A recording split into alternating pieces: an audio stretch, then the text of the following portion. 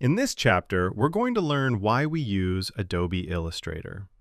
Adobe Illustrator is a vector graphics editor.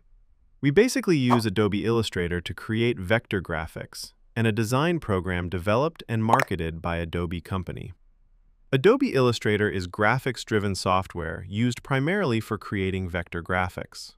Adobe Illustrator is used for creating objects, logos, vector graphics, business cards, flare, package design, banner, cartoons, etc. Anything that's related to print media work, basically, we create it on Adobe Illustrator. So in this course, the things that we're going to cover and some real project that we're going to work on, let me show you some examples of it. First, we're going to learn flat character design, and we're going to do it. And then business card design, and then flare design, banner design, roll-up banner design, logo design, and many more. So these are some perfect examples of Adobe Illustrator work, and these are the things that we're going to cover in this course. So good luck to everyone, and from next chapter, we'll start working with Adobe Illustrator.